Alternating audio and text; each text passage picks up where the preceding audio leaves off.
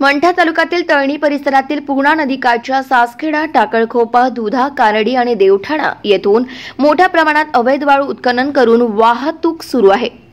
अंदाजे 2 brass tempo क्रमांक MH21BH7338 आणि 1.5 ब्रास टेम्पो क्रमांक MH22AN0691 याला सासखेडा व दुधा नदी पात्रातून तळणी मंठा दिंडी महामार्गावर येताना मंठा तहसीलदार सोनाली जोंधळे, मंडळ अधिकारी श्रीकांत गादेवाळ, गणेश कुलकर्णी, MR देशमुख आणि तलाठी नितीन चिंचोले, VS रुद्रे यांनी रविवारी दिनांक 2 जून रोजी सकाळी आणि दुपारी पकडले।